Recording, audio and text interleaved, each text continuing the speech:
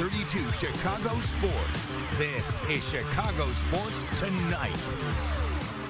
Hi, everyone. Welcome to a special one-hour edition of Chicago Sports Tonight, Bears style. Luke and Ellis with you, Tina Wynn, Cassie Carlson, 670 The Score's David Haw. Welcome back again. Nice to be here again. Thanks for making time for us again. Well, as long as this keeps going, I don't know whether else you want to be or what else you want to talk about. Well, can you guys believe the Bears are one win away from going to the NFC Championship and 2 wins away, Cassie, from their 3rd appearance at a Super Bowl in franchise history? I think that's what belief, resiliency, and confidence gets you. And I think that this Bears team has shown week after week that they have all those 3 things, which makes a recipe to go out there and win close games. And now 7 fourth-quarter comebacks and a winner-go-home game and an emotional win. It's all going to be about turning the page and seeing if they can flush that to focus on what I think will be their toughest game to get to the Super Bowl. Gonna be honest, I am absolutely shocked, but I'm totally here for it. It's been so cool to see this entire city just light up for the Chicago Bears in the season they've had so far. Vegas set the win total for the Bears at the beginning of the season at over under 8.5. I was leaning more towards the under here because I'm like, listen, Ben Johnson's first year as a head coach for these guys, their first year in his offensive system. But I love that I was wrong, proven wrong here, because this has been such a special season so far for the Bears. You and a lot of people, I think everywhere they celebrate the parody about the NFL. Every year we're in the same boat, like, well, you know, anything can happen. And every year there seems to be one team that is like the surprise team that defies odds and catches lightning in a bottle and has the football gods smiling on them. This year it's the Bears, and we're all, enjoying every step of the way, because I don't think that last Saturday night you thought after halftime it was going to happen. And I think that even heading into the 4th quarter, had you written that script, it would have been rejected in Hollywood, because 25 points in the 4th quarter for a team that hadn't been, offensively efficient up to that point, nobody would have believed it. And I think that just is typical of this season. All right, before we start digging into the Bears and Rams, I want to look back at the Bears-Packers game. It's time for our ChevyDriveChicago.com NFC North preview. Guys, listen, I'm born, raised. I've never left the city of Chicago. I'm obviously one of the biggest sports fans you'll ever meet. I thought it was one of the greatest sporting moments in the city's history. Biggest comeback in Bears playoff history, #1, at home, loudest Soldier Field crowd ever. It was one of those moments where we will look back and say, where were you when the Bears came back down 21-3 with 25 points in the 4th quarter? I mean, it's one of those moments, as you mentioned, similar to 2016 with the Cubs. I remember being at Cam's in Champaign in a packed bar on a rainy night. I remember 2013 when the Hawks, they scored in 17 seconds to win the Stanley Cup. I remember where I was in that moment, too. One of those that you'll never forget. And I just think that speaks to the enormity of the Bears as a whole and what it does to the city, as we were talking about before. That's a lifelong memory for the players as well, that they're saying they're going to be talking about in 10 to 15 years when they're retired. Listen, I'm not from here, obviously, but I love the city of Chicago. And it's during that game, my guy friends were texting me saying they were crying. I got coffee the next day, and this guy was telling me we were trying to process this win together. And he said, I cried last night. There were grown men in the city of Chicago crying. I mean, it meant that much. So But you were inside this studio with you. I felt a lot of emotions. We were celebrating. I was jumping into one of my boss's arms. I was so ecstatic. I don't get carried away with that. That'll never happen again.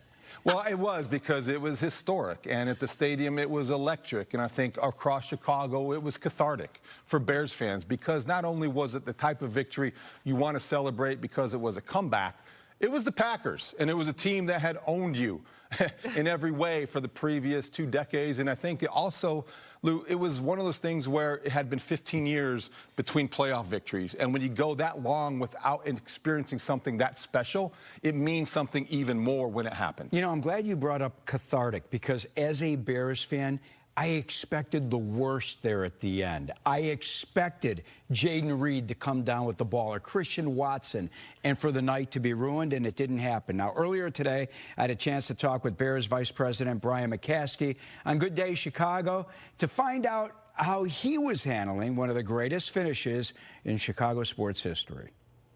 I know you were at Soldier Field, but what I don't know is, where was your heart rate down the stretch? Actually, I kind of follow my heart rate, and it was pounding pretty hard like everybody else. I was trying to do the math over 43 years of being with the team, how many games that I've actually watched or been a part of as an athletic trainer back in the day. and I calculated it was somewhere north of 800. And I tell people over and over, because my phone just blew up at the end of that game, and every text I texted back, this is probably one of the most special games that I've ever been a part of. The Super Bowl was special, but it was a pretty foregone conclusion that we were going to win that game early on, and then to see how we came back against the Packers, and that's the game I was really nervous about, and it was very, very special. Yeah, I think he speaks on behalf of all Bears fans. All right, I want to move ahead because this week on Wednesday, we celebrated the Minnesota Miracle. Yeah, when the Vikings came back against the Saints, they scored with 10 seconds left to play in the NFC divisional round, and then they got their doors blown off against the Eagles in the NFC title game by 31. How do the Bears make sure they don't go through the same type of emotional letdown that Minnesota went through? Well, who was that quarterback? It was Case Keenum, and he's now on the Bears roster, and he took it upon himself as one of the leaders on this team, one of the guys who was actually coaching Caleb Williams this season, to make a message in a meeting, in an offensive meeting, of how you have to move past these games, that no one cares about what happened last week. It's all about what you do in the future. And so Ben Johnson keeps crediting all these veterans in the locker room, Grady Jarrett, Kevin Byard, people who have played in these high-stake games before, for keeping this locker room locked in. And I think that they are leaning on them yet again to just know that it doesn't matter. The Packers are in the past. All that hoopla that came after the game and might be used as bulletin board for the Rams now, it's on to the Rams. I said last week that the veteran leadership, I think, was going to play an important role, especially at this point in the season. And when you're winning playoff games, right, it's emotional, especially coming off a game like that against the Green Bay Packers. But as you said, Case Keenum was the quarterback in that game, the Minneapolis Miracle. And again, you got to flush it out, because this week it doesn't matter. You got to focus on being 1-0, and that's something that Ben Johnson has preached all season long to this team. It's great to have Case Keenum with that reference point and vantage point. It's great to have Grady Jarrett and Joe Thuney last weekend in the locker room to give their accounts of when they were down 28-3, and that when the Bears were trailing, it wasn't over. But really, this comes down to coaching. And when you have a staff as good as Ben Johnson's staff is, you rely upon every positional coach to have their group reinforce every single day, every single practice. That last week was great, but this week will not be better unless you focus. And I think Ben Johnson has a maniacal focus that we see each and every day. And when he has that simmering intensity that that's why everyone doesn't get close to him on the sidelines on game day. There's like a 10-foot radius that everyone has to respect. That tells you that the Bears will be ready Sunday. I will add one more factor that I think is so incredibly important. The Vikings were playing on the road. The Bears have their home crowd to make sure that they have the emotional energy for that game. Caleb Williams throws better than anyone on the big stage when all odds are against him, and his ability to lead 7 fourth-quarter comebacks, it's been just incredibly impressive, and he's played Superman and as one of football's best coaches worried about Sunday. Feel calm in those moments. I feel my conditioning is the best in those moments. I feel that's really it. I mean, I feel that I'm the best in those moments because of what I've prepared, to be in those moments. It's just next play, next play, next play. And then when you have to go make a play, it's life or death in those moments. I think there's a belief that they've established. And I think when you have those types of successful outcomes, no different than Matthew the other day, I think he had full expectation to lead us down the field. I feel that when I watch Caleb and I watch that team. There's a belief that they can find ways to finish, and that's why they're in this situation. But he's going to be a nightmare to defend, and we're excited about diving into this prep because here we freaking go, man. Let's go. I love it. Let it roll. What do you think, David? Can Williams throw the football against this Rams secondary? I think if he's protected, he can, definitely. The challenge is to make sure that you move the pocket, to make sure that he has a clean pocket when he is a drop back or in the shotgun. And if you can give him time to look down the field, then I think he can beat the secondary, which isn't very good. That's why they have given up 28 points a game for the last 7 weeks of the season. After starting the season, one of the best defenses in football. They only gave up 16 points a game in the first 11 weeks, and you're thinking, that's a Super Bowl team. Last 7 weeks, the Rams do not look like a Super Bowl team. Neither do the Bears. I mean, because the defense has to be up to a standard that the Bears really haven't reached. But back to the offense, if you can establish the run, create the play-action pass, Caleb Williams will beat you down the field. You think he needs to go into his bag of tricks? I'm talking about Ben Johnson to get that offense to put the Rams defense on its heels? I'm not going to be shocked if we do see this, because I think I would imagine for Ben Johnson against the Rams, this Rams team, you need to score points. You cannot settle for field goals. Well, they average over 30 a game. Right, but still, I just think also too with Caleb Williams, going into this game, especially after seeing them win against Green Bay, 25 points in the fourth quarter alone. That's insane. And it just feels like with this team, with Caleb Williams as your quarterback, with Ben Johnson as your play caller, Ben just knows how to call the right play at the right time, though, to still keep his team in the game somehow. You know, Cassie, let me ask you, because you're there every day, you're at the Ben Johnson press conferences, and there's a narrative out there that all the coaches in the NFL that are part of the Sean McVay coaching tree don't like Ben Johnson because of the way he disrespected Matt LaFleur. And I'm talking about guys like LaFleur and Zach Taylor and Kevin O'Connell in Minnesota, Liam Cohn in Jacksonville. Does it matter? I don't think Ben Johnson cares. He did that on purpose. He allowed the Bears to release that video on purpose, and then he doubled down on what he did on Monday, saying this should be a rivalry. So, yes, I do think Sean McVay, as he said, they're going to watch the tape, they're going to game plan in every way, and Matt LaFleur is one of his best friends. I'm sure he called up Matt LaFleur. They had a conversation. Ben Johnson said today that's pretty normal in the NFL to talk to the coaches from the previous week and see what their game plan was and if they can get any tidbits. But Ben Johnson welcomes this competition. That's what makes him so crazy, and that's why Chicago already loves him, because he brings it on. He plays into it. He is the definition of Chicago. And so I think this is great for football. It is great, but this is such a lame response from the McVay tree. Goodness sakes. I mean, this is a coach in Ben Johnson who was fired in Miami. He had to restart his career in Detroit as a quality control coach. You know, when he talks in reverent tones about Matt Stafford, you know why? He was probably getting Matt Stafford coffee in Detroit when he was trying to rebuild his career. No, you're right. And here he is, 7 years later, the best head coach or the hottest head coach in the playoffs right now. And there's an element of jealousy. And sure, did he stoke the flames a little bit, and did he ignite the rivalry? Yes, thank you. Because it needed reignited. And I think that when you hear some of this stuff that's whispered to insiders and NFL Network, okay, guys, you know, it's enough. It's football. It's emotional. And, you know, these are guys with an edge. I love it because Ben Johnson is intense, and the Bears reflect that. All right, let's talk about the big elephant in the room. 7 below wind chills. Will weather be a factor in this game, Tina? It's going to be cold, yeah. And Sean McVay, since he's been in L.A. with the Rams, 3-0 against the Bears at home in L.A. He's 0-2 at Soldier Field. Matthew Stafford's 1-9 in these kinds of conditions. Listen, I get it. I do think it's going to be a factor to an extent. However, Matthew Stafford is an experienced quarterback, man. You got Devontae Adams. He was in Green Bay. These guys, you've got guys on this Rams team that know how to play in this kind of weather as well.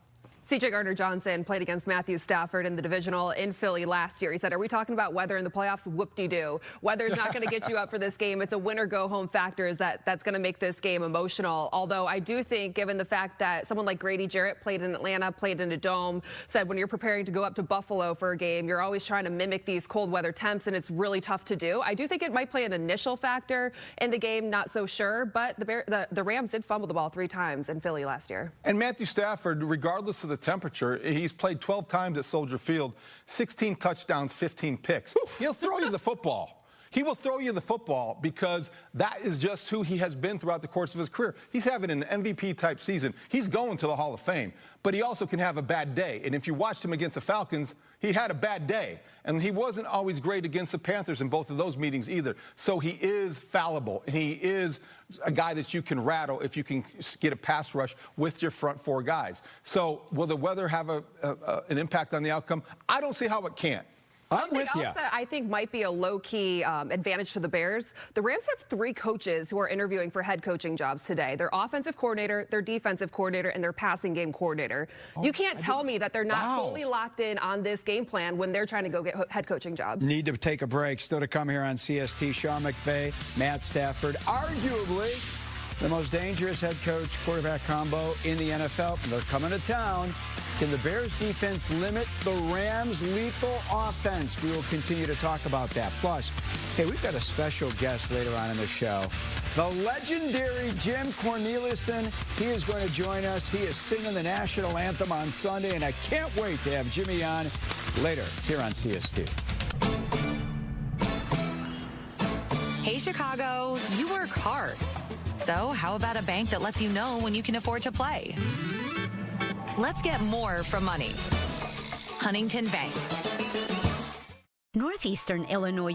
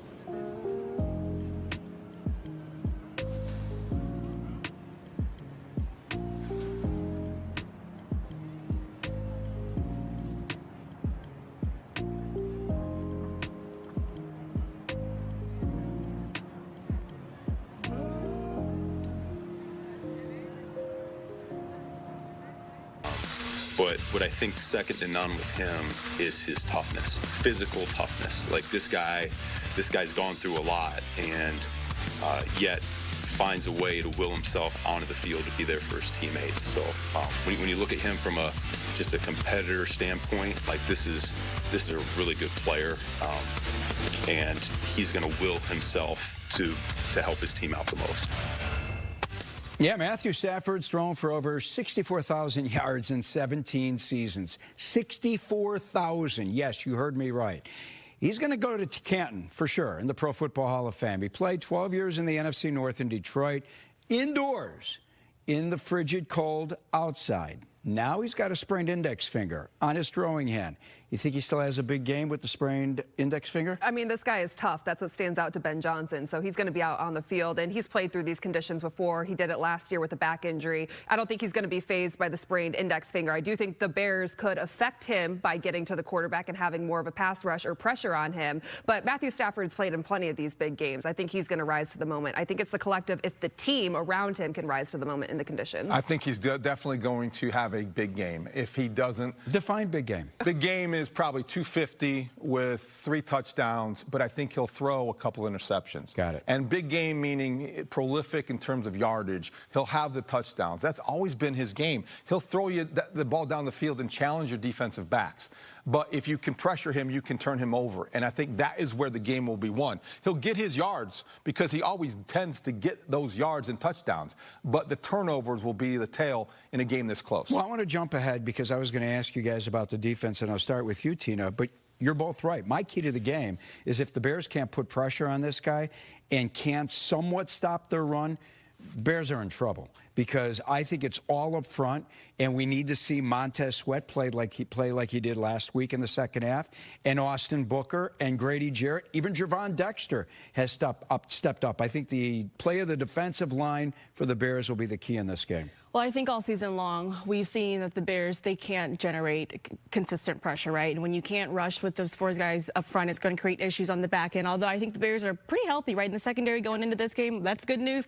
But, I mean, you do face a quarterback that's experienced. He's seen a lot of different coverages, different looks, right? He knows when to release the ball, where to get it at the right spot, too. He's got weapons on this offense with Puka Nacua, Davante Adams. Davante Adams has 14 touchdowns on the season. 12 of those touchdowns come in the red zone. I think the Bears defense going back to that bend, don't break, and really execute when you get down the field there in the red zone. You were a DB, right, at Ball State? All right. I get it. They're all healthy. The Bears are now. C.J. Gardner-Johnson's back. Kyler Gordon's back. But you look at what has happened with Matthew Stafford. You blitz this guy, he'll make you pay. 24 TDs, 3 interceptions. Do you blitz him? I think you have to, because you have to take a different approach with this game if you're Dennis Allen. It's win or go home. You don't want to leave anything on the field, and the best chance you have is to create a turnover. Also, this is the first game, I think, and one that really matters to this extent, that you've had both Kyler Gordon and C.J. Gardner-Johnson. Both those guys are similar in terms of what position they play, but both those guys could also be on the field at the same time. And then you may be throwing a wrinkle at Matthew Stafford that he hasn't seen before, because they haven't used it before. And I think that is where you have maybe a built-in advantage with the element of surprise. And those 2 guys are both excellent blitzers. And C.J. Gardner-Johnson knows what it's like to play against a Matthew Stafford, as you pointed out. And Kyler Gordon, last week wasn't his best week, but I think it was rounding into form. Yeah, if you can play with 6 defensive backs, and those are 2 of them, then I think that you increase your chances of getting to the quarterback. And there's an argument being made that the wide receivers that the Rams have they match up better with these Bears defensive backs who don't have the full speed, especially with Jalen Johnson, who's not fully healthy. They're more of those physical backs, so maybe it's not Deshaun Wright getting beaten from behind. That's a great point, because they are guys who can body you up rather than neither Nacua or Davante Adams at this stage of his career going to run by you. Right, and I think aggression and physicality are the 2 words that come to mind of what changed really in the second half with the mentality of this defense. That's going to be for the full game if the Bears want to stand a chance of slowing down this offense. Cassie, I'm going to come back to you in a second. Davante Adams, Puka Nacua, without a doubt, one of the best wide receiver duos in the NFL. Here's what Rome Odunze had to say about Nacua. You overlapped a little bit with Puka Nacua at Washington. He was older than you. What did you learn from playing with him? Because everyone talks about just how he's good at everything and gets his hands dirty in the run game too. Man, he loves football. I mean, that's one thing about Puka. He loves football. You know, and I think that's really where he plays from, and that's why I think he's able to do so many different things, because he just loves football. He wants to be around it. You know, he infects his teammates with that type of energy. He's a tremendous player. So excited to see him, you know, go out there this week. I'm hoping that he doesn't, you know, have one of his, you know, crazy games. But I love his game for sure. By the way, Nacua was born in Vegas like Rome Odunze. Nacua grew up in Provo, Utah, played his college ball at BYU. And we've got more of Cassie's conversation with Rome Odunze. Yeah, Rome Odunze feeling good. I know he's listed as questionable heading into this game with a foot injury. That's just some swelling that happened after the game. I actually loved what he had to say about moving on from an emotional game last week. His perspective from himself, he said it's different for each guy, but he was sitting out 5 games. He is so locked in to play the next 4 weeks. And so I think he feels like this team has a ton of confidence. I loved what everyone had to say about the preparation of Caleb Williams and how they've noticed it go to the next level in year 2, and how that just injects this entire team with confidence, especially in the huddle in those fourth quarters. He seemingly has the perfect thing to say inside the huddle on all of these late game drives that really infects the entire team. Nacua is the best receiver in football. Do the Bears have the guy to defend this guy, or is he going to have 200 yards in receiving? They don't have the best DB in football. They don't. I think they have Jalen Johnson, if healthy, might be in the mix. But you have Deshaun Wright, if physical, can maybe stop him on occasion. And you have Tyreek Stevenson, who I hope is in the mix more this week, just because that does play to his strengths. But no doubt about it, Nacua is one of the 2 best. I would say Jamar Chase is right up there with him. But you look at what he offers in terms of great hands, great route running ability, and I was surprised. You were there. Dennis Allen didn't say much about his speed. He made him sound like a guy that couldn't really run, but gets open anyway. I thought you don't want to motivate Nacua, but I do think that says even more just how he's able to get open. Yeah, and I think you look at him, and it's the pairing with Davante Adams, who's 14-3 against the Bears. Yeah, I hate to remind that. And We're turning the page. He was on we Up got and rid of the Adams. He boogeyman. said, once a Packer, always a Packer. If he goes and does some damage against the Bears, that'll be an inadvertent way to please the Green Bay. But I think Davante Adams is one of those skilled wide receivers who's been in the league for so long. He's played in cold weather games. It's kind of in his DNA a little bit that he's had so much success against the Bears. And as you said, in the red zone, given his size and him being considered a technician, is someone that I'm concerned about too. Let me get in now about the Bears offense, Tina. Another slow start. I mean, against the Packers. And we sat on this show a week ago, screamed about how the Bears need to get off to a better start, play much better than they have in the first 2 quarters. It didn't happen. How are they going to do it on Sunday? Well, first off, it's been so interesting because this team has yet to play 4 full quarters of good football. I mean, them as a first-half team, second-half team, completely different on offense and defense. But I look at the slow starts. I think right now it's a relatively young team, right? First time in the postseason here for Caleb Williams, Ben Johnson with them as well. And when you're a young team, you don't have the right mindset starting off some of these games. And I think, too, nerves can probably play a factor as well in the postseason here. What was so interesting was that the opening drive, you're sitting there when the press box, you're like, oh, okay, they're ready. Because it was pretty good balance. It was real efficient. You saw motion, you saw efficiency, you saw all the things that you wanted to see to move the chains. And then it stopped. So they didn't get touchdowns. They settled for field goals, and that's not acceptable, and it won't be good enough against the Rams. So you're going to see Ben Johnson tap into his inner Dan Campbell again. I think you're going to see aggressive 4th down decisions. Really? Yes, I do. To keep up. You have to, because this is a team you're not going to beat with field goals. I felt differently about the Packers game going in because I think those 2 teams were about right here in a lot of different ways. But when you're talking about going against the best offense in football, now you're the Bears and you have one of the top 5 best offenses in football. But if you're Ben Johnson, you're going in and you're thinking aggressively. Yeah, and I think you look at the Rams, they're the number 2 team in scoring in the first quarter. So if you want to stay with them for 4 quarters, you have to find a way to put up touchdowns and have success in the red zone. And Ben Johnson said this week, they're not going to change their approach in the week. They hammer home these first 15 plays every single day. They need to be prepared to go out there and know the stakes of this game and know that they probably can't play from behind in the second half like they did 7 times. Let me wrap up this segment. Colston Loveland had a record day last week. Anyone still out there who thinks the Bears should have selected, I don't know, a left tackle, running back, edge rusher at number 10, maybe even Tyler Warren instead of Colston Loveland? The more you learn about Colston Loveland, and you understand why Ben Johnson was so high on him, why Ben Johnson, really loves this kid. He's not playing like a rookie. He's been targeted 38 times in the last 3 games. He's really become Caleb Williams' go-to target, especially in those critical downs there. It's been so fun to watch him this season. And again, he's a rookie, but he's certainly not playing like it. Sorry, go ahead. If ever a play epitomized all that you're talking about, Lou, he was a smart draft pick, he was a mismatch problem, and Ben Johnson would know how to use him. It was the 2-point conversion. They had 6 offensive linemen, 3 tight ends, and a running back. They got the mismatch they wanted against a guy that doesn't play defense, a linebacker for the Packers. And they threw a simple down and out because it was a mismatch.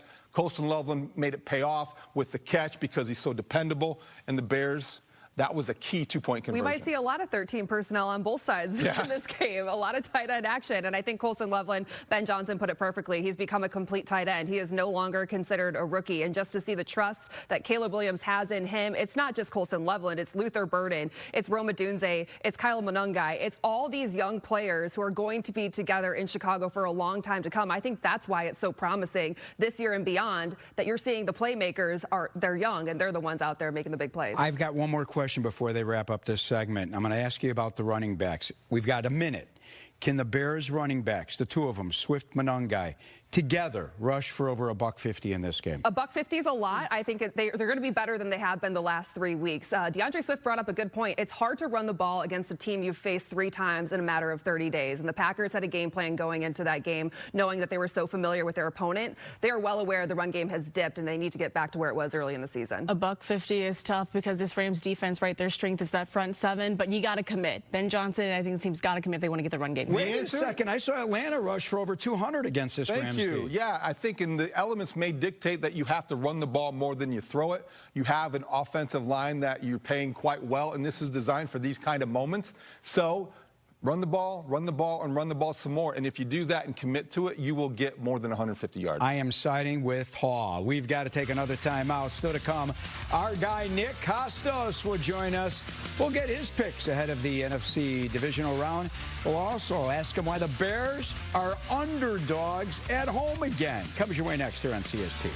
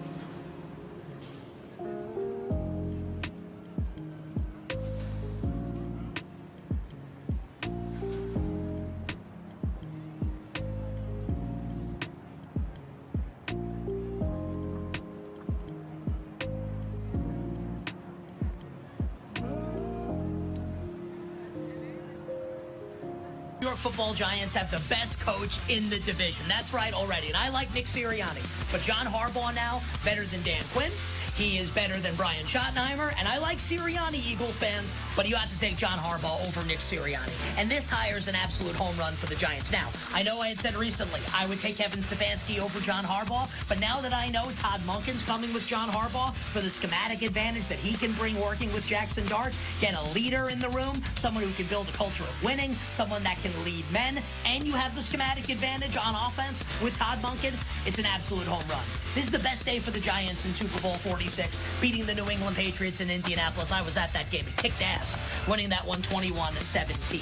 And I have to imagine, and you know it's been reported that Harbaugh's excited to work with Dart. I think this is a slam dunk, grand slam, A+ hire. What do you think? I hope you like it. Let me know in the comments below. John Harbaugh to our New York Football Giants. You guys, have you ever seen Nick Kostos so happy? He has got reason to be happy, although I would dispute that, Nick. I think the Saquon Barkley era wasn't terrible, and drafting him might have been just as equal to hiring Harbaugh, but that's a debate for another day. Well, from BetMGM, let me give you a little... We lost a lot. Let me bill you up a little bit. Westwood One's BetMGM, Nick Kostos joins us. He's part of CST. $100 million for John Harbaugh, and you couldn't be happier. It's not your money, right? Not my money. I don't care. Yeah, my team's been brutal for a decade now. I love John Harbaugh coming in. And David, look, you're right. Like when Saquon came in, that was pretty fun. Also, they lost pretty much like every game they ever played with them. Went to the playoffs one time and got destroyed by the Eagles in the divisional round a couple of seasons ago. But yes, very happy as a Giants fan. Appreciate you guys playing that video. Good hair day for me in that video. Very happy for the Giants. I think we have the best. I don't play on the team. But I think the Giants have the best coach in the division now, which may or may not translate to a ton of wins next season. But I'm really excited. And I'll actually, and I made this comparison on my show, it's not apples to apples. And I'm not insinuating that the Giants are going to be hosting a game on divisional weekend next year. You can really draw an analog here to what the Giants just did and what the Bears did last offseason. And it's kind of striking, right? Where you have two teams, legacy franchises, who have been downtrodden as of late. They land the biggest fish in the coaching market, Ben Johnson and now John Harbaugh, both with quarterbacks coming off rookie seasons drafted in the first round with a lot of promise. Caleb Williams, Jackson Dart. with GMs that you could have argued should have been fired but got retained, Ryan Poles to Joe Shane. I can only hope that the Giants have the success that the Bears have had this season. I'm hoping that you're going to apologize to Bears fans out there since you picked the Packers last week. Well, I mean, like the apology comes in me losing money for betting on Green Bay. I will say, man, 21-3 felt pretty good. Like, hey, Matt LaFleur, maybe get a little aggressive at the start of the second half. Better usage of the timeouts. But look, Caleb was sensational in the game. Ben Johnson got it figured out in the second half, and the Bears have done this all season long, so hard to look at it and say, when the Bears beat the Packers on Saturday night at the end of the regular season, I did think they got lucky in that game, like lucky to win that game with the onside kick, with the fourth down conversion. I thought they earned every ounce of it on Saturday night. An impressive win. I have nothing but praise to give the Chicago Bears. I'm not going to apologize because I had to apologize to my bank account for losing with Green Bay on Saturday night. Well, Nick, a lot of the talk last week when you chose the Packers over the Bears was because of the weather, and the wind that you knew was going to be a factor at Soldier Field ended up being a benefit to the home team. Weather's going to be a factor in this game. Who are you going, Bears or Rams? I think it's I do have a strong opinion on the total of the game, which I can give you guys if you'd like now. Yeah. I like the over in the game. So the total is sitting at 48.5 right now. It's come down a couple points because of the expectation that, maybe that there's some inclement weather. We know it's going to be cold, but I don't anticipate the wind being bad. And, Matthew Stafford's played in cold weather throughout his career. I think the Rams will be fine. I don't think this is going to be like that famous game in 2018 when Vic Fangio stuffed McVay and his offense into a locker with Jared Goff. I don't think this is going to be that. I think the Rams can kind of name their score in this game. I would be really surprised if the Rams did not score at least into the high 20s or into the 30s here. I think this can be a shootout. And on the flip side here, and this is where you can make the case for Chicago and why I'm lukewarm on betting the Rams in the game. What if, and it's certainly possible, Caleb Williams plays awesome, and Ben Johnson's going to have it schemed up. The Rams' defense is not good. The back end of this defense is not good. Now, Jared Verse might have success against Benedict, right, protecting Caleb Williams, but the back end of that defense is not good. And if Caleb Williams has time to throw, Colston Loveland's going to beast in this game. I love his receiving yards over. And the Bears should be able to score some points in this game. So I like the over in the game, over 48.5. And I like the Rams team total over. I think the Rams get into the 30s here. That's the thing I'm most confident in, is the Rams scoring a lot of points on Sunday night at Soldier Field. All right, Nick, Tina Wynn here. I want to ask you about some prop bets. Puka Nacua has been dominant this season, leads the NFL in catches, second in receiving yards against this Bears defense. Is he likely to hit his receiving yards prop, or do you think this Bears defense can limit him somehow? Yeah, I don't know about that. Puka, one of the best receivers in the league, did drop a touchdown pass at the end of the first half last week, Tina, against the Carolina Panthers. I would expect a better performance from Puka and Matthew Stafford, who didn't play well in the second half last week after hitting his finger on one of his offensive linemen's helmets. I think Puka is very likely to go over his receiving yards total. Now, it's a high number, 96.5. So basically, like, will he have 100 yards or not? I have to imagine that the answer to that question is yes. Again, maybe the Bears force a bunch of turnovers. It's not impossible. And I'm saying that I think the Bears have an avenue to winning, which is they score a ton of points. I would be really surprised if the Rams did not score a lot on offense. That obviously leads to Puka having a nice game. The Devontae Adams number is pretty low also, Tina. He's at 54.5. I kind of like both Rams, big pass catchers, Puka and Devontae, both over. All right, Nick, so the Niners-Seahawks has huge implications here in Chicago. Sam Darnold has a sore oblique, questionable. What do you think about that game? Well, and obviously everyone in Chicago will be rooting for the 49ers, because if the Bears win, then the Bears would host the NFC Championship game, and you get a Sunday Night Football rematch from a couple weeks ago, this time in the Windy City. Now, the Darnold injury, David, it's an oblique. He's listed as questionable. He's going to play. And the reason why I know that is because the betting market has Seattle as a 7-point favorite. Now, the betting market will generally know things before they're tweeted out by NFL insiders. If we felt like Drew Lock were going to play in this game, there is no way Seattle would be a 7-point favorite, which tells you Darnold's going to play. Now, what percent is he going to be at when the game starts? I can't answer that question. And my honest opinion and assessment of the game to you guys right now, I don't know how you bet Seattle in the game right now. Because while it's possible that Darnold comes out and he slings it and he's looking pretty good and he's healthy, that could happen. What if he's hampered by this injury? Also, what if he's healthy and throws a bunch of interceptions, which we've seen him do before in a big spot?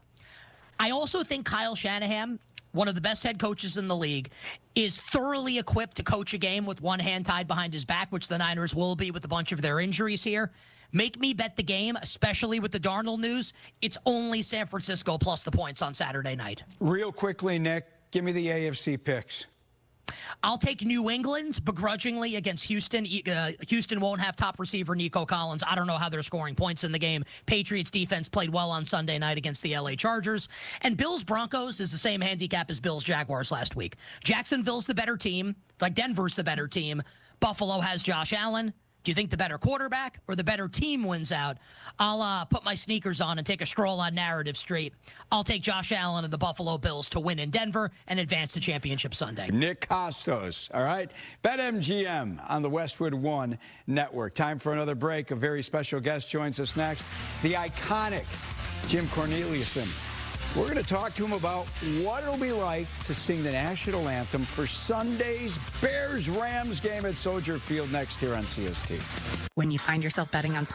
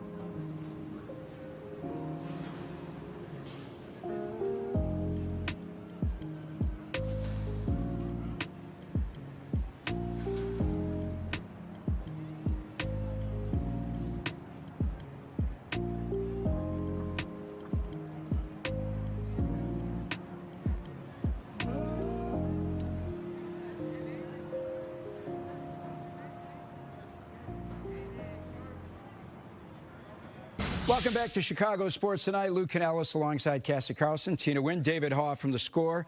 The relationship growth between Ben Johnson and Caleb Williams has been awesome to watch this season. My friend and my former teammate here at Fox Chicago, Shea Cornette, who is now hosting First Take on ESPN, joined me here on CST Wednesday night. We had a great conversation. I asked her what it's been like to watch the head coach and quarterback dynamic.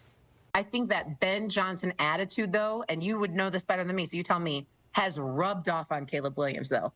The dude seems angry on the sidelines, possessed it. I'm here for it. Laying into his offense. Like, the two of them together are like this force to be reckoned with, and I think they've rubbed off on each other. Honestly, too, at the end of that Packers game, I was like, oh, here come the Bears. The Packers' body language completely changed. It's almost like they knew it was coming in the second half. It was crazy. So I love to see that quarterback head coach, and it's just so promising to finally have, you know, when I was covering, Lou, with you, when we were covering the Bears back when I was there, I remember with Mitch Trubisky, Nagy, we would always reference Sid Luckman, the last quarterback to score this many. I'm like, please, can I get a quarterback more reason than Sid Luckman to actually do something for the Bears? It is so refreshing to see records being broken. And the first time, you know, Caleb Williams making history, and I don't have to reference Sid Luckman anymore, please. So great to see Shea.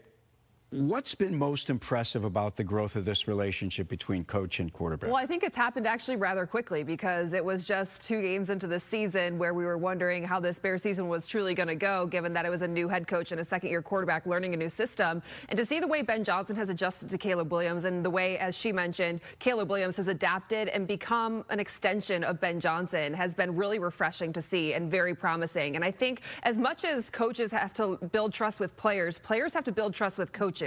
And so the tough coaching that Caleb Williams asked for from Ben Johnson, I think Ben Johnson giving that to him and seeing the success on the field is all showing that he trusts Ben Johnson to put him in the best spot possible. Ben Johnson was proven when he came here because of Jared Goff. And I think that's one thing that Caleb Williams really wasn't. He was a rookie who had gone through 3 play callers and all of the dysfunction of his rookie season. And what surprised me the most is that with Caleb Williams, he's said to have a big ego and a lot of style, not a lot of substance, not necessarily a detail guy. Ben Johnson has made him a detail guy. He has commanded the offense because he has committed himself to learning it, to knowing it, and to be able to recite it by heart, and to be the guy that in those huddles assures everybody it's going to be okay. This is where you want to be. He was built for this. Tell me if I'm wrong. I think the best thing that happened was he felt like, oh, my Lord, I don't know if this guy likes me. And Ben Johnson showed immediately, I'm not here to be your friend. I'm your head coach, and you're going to follow me, and I'm going to make you one of the best quarterbacks. It's like a good parent. You know, it's like tough 100%. love. And he needed that tough love to make that next step. They can be friends when he retires and they win championships. Performing the national anthem is Jim Cornelison.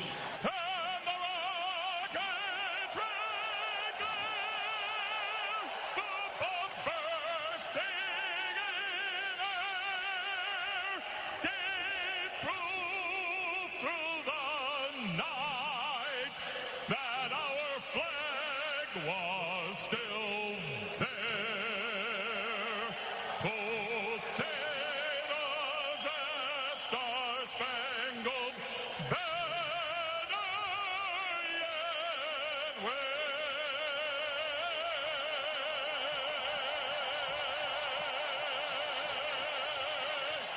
For the land of the free.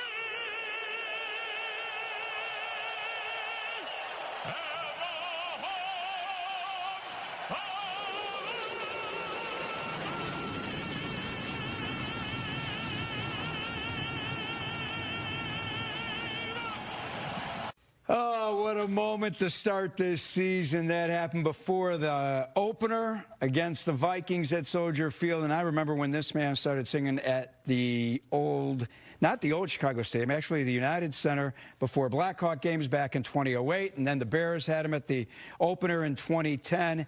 And here he is going to be singing, Jim Cornelison, nice enough to join us here. He is going to be singing the national anthem before Sunday's game. A friend, how excited are you, Jim, to be part of Sunday's big game between the Bears and Rams? Look, I'm really excited. I'm a fan of football, played it as a kid growing up, high school, even 1 year to junior college. And it's just the game that I know and understand the best, you know. And, man, it's an honor to be part of that. And I'm worried about the cold, but I'm super excited about the game. Jim, I remember that opening night, Monday Night Football, when you sang that. And I mean, there's no better atmosphere with the fans cheering. And then in the playoffs, they bring out the full field flag for the national anthem as well, which is a surprise in itself last week. You mentioned the cold. Like, what kind of chills do you get before these big moments? Because I know fans have been begging for you to sing in the playoffs. You know, I'm mostly, I get excited when I am asked to do it. And then I'm very excited, like, after. I really have to kind of stay in my headspace and my emotional space. And it's all about doing the job the best that I can do it. So I don't really let myself get too worked up emotionally. Now, sometimes the crowd just is delivering on a level that's beyond what I expect. And, man, it will hit me. And then I have to suppress that emotion just to, you know, get through the anthem the best that I can. Happens at Hawks games frequently. I bet. Jim, I have to give it to you. The national anthem is so tough to sing. I mean, I would be a nervous wreck, but you do such a great job. So do you do anything before you sing the national anthem? I know players have like pregame rituals, right? Do you do anything like that? But also in the moment, when you hear the fans just cheering and screaming, how do you stay locked in? Yeah, that's it. You've got to stay locked in. I mean, I create sort of a mental bubble around myself. I can see, of course, the microphone. I try to keep it, under my lip, and just focus really on the technicals of breathing and staying aligned and just doing my job. And that's part of that, not getting too excited, right? So if you're going to shoot the free throws at the end of Game 7 in the NBA Finals, you're down by 1. You're a 93% free throw shooter. Can't celebrate just because you're a 93% free throw shooter. You gotta hit both those free throws, then celebrate. So that's how I stay locked in, is just knowing I have a job to do. All right, Jim, so if you were an offensive lineman, you would be short sleeves. You wouldn't wear a shirt underneath. If you were a wide receiver, you might wear gloves. You'd prepare for the elements. It's going to be freezing cold, bitterly cold. How will you prepare? How will that affect you? Yeah, right. Everybody says layers, but I went out and bought a pair of rechargeable battery-powered socks. They're key. They're game changers. And for my girlfriend and my daughter, they each got battery-powered vests. I mean, how do you stay out in that cold that long? I'm going to come up with everything I could possibly think about to try to stay warm. You will warm up that entire crowd. One final little nugget many people don't know. I don't know if you guys knew. Jim received his Master's of Music from the famed Jacobs School of Music at IU, Indiana University. You fired up about your Hoosiers Monday? Man, I tell you, it's a big weekend. I got a Hawks game tomorrow, the Bears Sunday, Hawks game Monday, and we got the national championship on Monday. Holy crud, yeah, I'm excited about it. It's the first time IU's ever been there, and this team has just been phenomenal to watch and to get to know. Jimmy, I can't wait to see you Sunday night. Have fun with it, all right? Because I know the fans are ecstatic that you will be with them singing the national anthem. I'm ecstatic, and the fans, oh, my God, I know. They're going to be incredible. It's such a great thing to be part of. Oh, wow. Jim Cornelison, nice enough to join us here on Chicago Sports Tonight. We've got to take one more time out. We're going to wrap up the show with our predictions for Sunday's game. Chicago.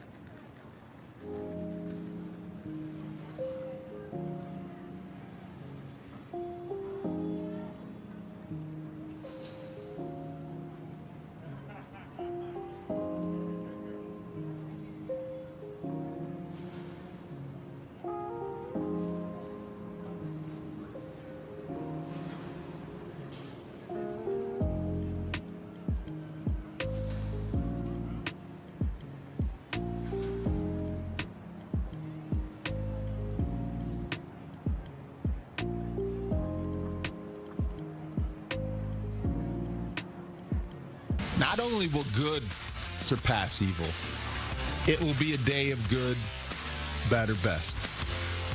It will be a day that you do not want to be doubting the Bears. Who would dare do that now? The football gods are smiling on the Chicago Bears. There are too many reasons to believe and too few to doubt. It will be cold. It will matter. But it will be warm inside the hearts of Bears fans everywhere. Bears 35, Rams 31. That's my guy. That's my guy. That's what I woke up to this morning. Mully and Haw. I love it. You're sticking with it? That was the caffeine going. Yeah, I think that you've got to believe in this team because just when you start to doubt them, like at halftime last Saturday night, they will make you look silly. So I do think that not only is it about belief, but I do think they have a good football team offensively, and I think defensively they're going to take just the right amount of risk to get the right reward. I mean, this team was down 21-6 going into the fourth quarter and somehow scored 25 points. I now believe anything is possible with this team. I think can I give my prediction now, or do we wait? Give it to it right now. I think Bears win this week 20-17. Wow, a lower scoring game than I was expecting. Take the under. Yeah, you Tina's got the under. You said that they have the football gods on their side. I'm going to reflect back to what DJ Moore said after one of their comeback wins, that they have Virginia McCaskey looking over them. And so I do think that might come into play if you believe in that kind of stuff. This Rams defense, as you mentioned earlier, has been giving up 33 points per game over the last 3 weeks. They also have one of the highest explosive rates they're giving up over the last 7 weeks on defense, and the Bears are top of the league in explosive plays. I'm going Bears win 33-30.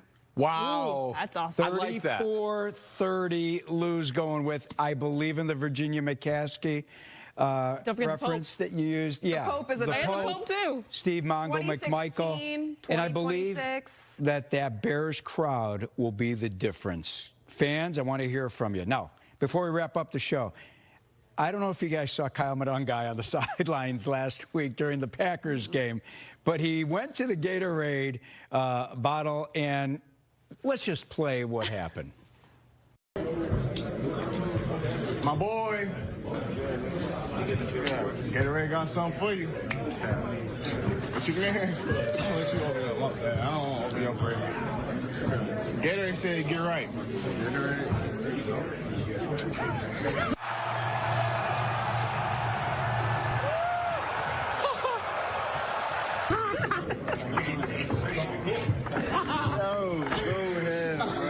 Custom, it's custom made, man. This side of it. Yeah. Shout out Gatorade, man. Let's get my boy right. I got you. I appreciate it. I ain't gonna forget this time.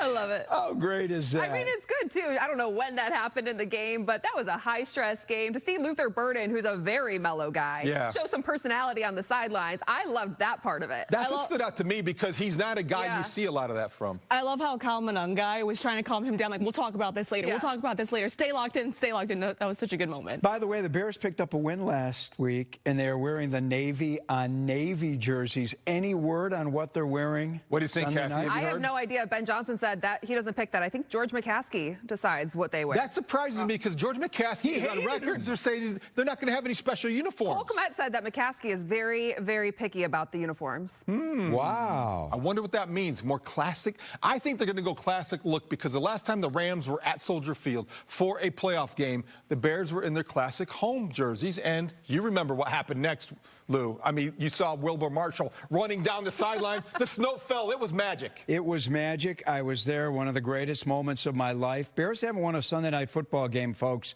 since 2018. They've lost 9 in a row, and their last win was against this Rams team. They were 0-4 in those jerseys, too, against the Packers, and they won. Oh, yeah. Okay. That's a good nugget there. I think they should just go with what has worked before, not necessarily last Saturday. Don't forget, we have got Bears Game Day Live coming up on Sunday, 12:30, special time.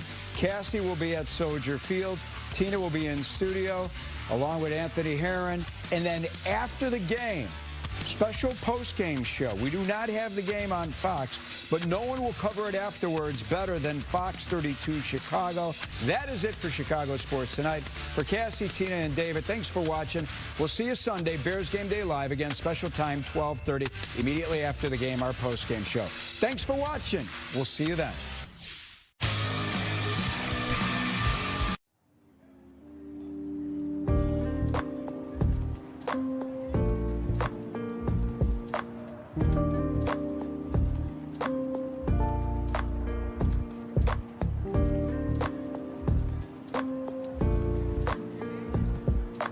Sports.